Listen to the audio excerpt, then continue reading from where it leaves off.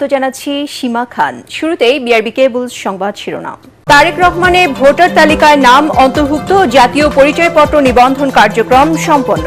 ওসমান হাদির কবর জিয়ারত ও জাতীয় কবির সমাধিতে শ্রদ্ধা। জামায়াতের সাথে জোটে আপত্তি জানিয়ে নাহিদ ইসলামকে এনসিপির ৩০ নেতার স্মারকলিপি। পদত্যাগ করে ঢাকা ৯ আসনে স্বতন্ত্র প্রার্থী ঘোষণা তাসনিম জারার। শুনছিলেন বিআরবি কেবল সংবাদ শিরোনাম। এবারে জানাবো বিস্তারিত। ভোটার তালিকায় নাম অন্তর্ভুক্ত, জাতীয় পরিচয়পত্র নিবন্ধন কার্যক্রম সম্পন্ন করেছেন বিএনপির ভারপ্রাপ্ত চেয়ারম্যান তারেক রহমান। আগারগাঁওয়ে নির্বাচন কমিশন ভবনে হাজির হয়ে ফিঙ্গার এবং আইরিশ বা চোখের মণির ছাপ দেন তিনি। ঢাকার ১৭ আসনের গুলশান এলাকার ১৯ নম্বর ওয়ার্ডে ভোটার নিবন্ধন করেন বিএনপির ভারপ্রাপ্ত চেয়ারম্যান। এদিন তারেক রহমানের সাথে তার মেয়ে ব্যারিস্টার জায়মা রহমানও একই এলাকায় ভোটার হতে নিবন্ধন করেন।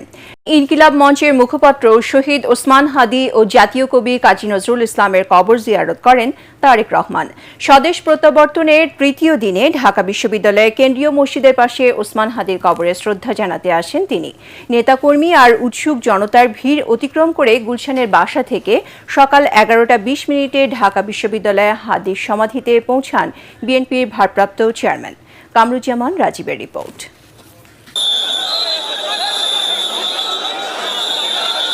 চব্বিশের ফ্যাসিবাদ বিরোধী গণ অভ্যুত্থানের অগ্রনায়ক ইনকিলাব মঞ্চের মুখপাত্র শহীদ ওসমান হাদির সমাধিতে গণতন্ত্র প্রতিষ্ঠার আন্দোলনের নায়ক তারেক রহমান।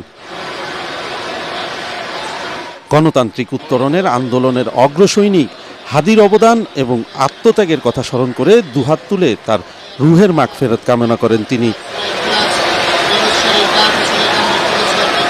দলের সিনিয়র নেতাদের নিয়ে হাদির সমাধিতে ফুলেল শ্রদ্ধা জানানোর পর জাতীয় কবি কাজী নজরুল ইসলামের কবরে শ্রদ্ধা জানান তারেক রহমান।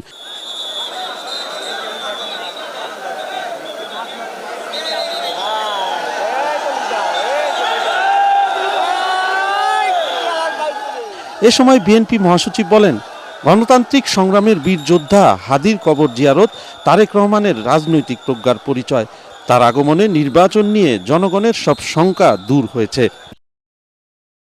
জটিল রাজনৈতিক পরিস্থিতির মধ্যে জনাব তারেক রহমান সাহেবের আগমন বাংলাদেশে এটাকে অনেক সমীকরণগুলোকে সহজ করে দিয়েছে এবং আজকে বাংলাদেশি জাতীয়তাবাদের যে রাজনীতি, সেই রাজনীতি দর্শনকে সামনে চলে এসেছে। আমরা বিশ্বাস করি যে এই দর্শনই, এই রাজনীতি বাংলাদেশের জনগণের মুক্তির জন্য সবচেয়ে উপযুক্ত দর্শন। এর আগে সকাল 10:30টার পর গুলশানের বাসা থেকে রওনা হয়ে 11:15টার দিকে শাহবাগে পৌঁছলে নেতাকর্মী আর উৎসুক জনতার অভিবাদনে সিক্ত হন তারেক রহমান। কবর জিয়ারত শেষে নির্বাচন কমিশনের উদ্দেশ্যে যাওয়ার পথে জনতার জোয়ারে শাহবাগ পেরুতেই আধ ঘন্টার বেশি সময় লাগে তার। এনসিপি থেকে পদত্যাগ করেছেন দলটির সিনিয়র যুগ্ম সদস্য সচিব ডাক্তার তাসনিম জারা। এছাড়াও জামাতের সঙ্গে জোট গঠনে আপত্তি জানিয়েছেন দলটির ৩০ নেতা। এনসিপি থেকে পদত্যাগ করলেও ঢাকা ৯ আসনে স্বতন্ত্র প্রার্থী হিসেবেই ভোট করার ঘোষণা দিয়েছেন তাসনিম জারা। সন্ধ্যা ফেসবুক স্ট্যাটাসে তিনি জানিয়েছেন, বাস্তবিক প্রেক্ষাপটে নির্দিষ্ট দল বা জোটের প্রার্থী হিসেবে নির্বাচনে অংশ না নেয়ার সিদ্ধান্ত নিয়েছেন তিনি।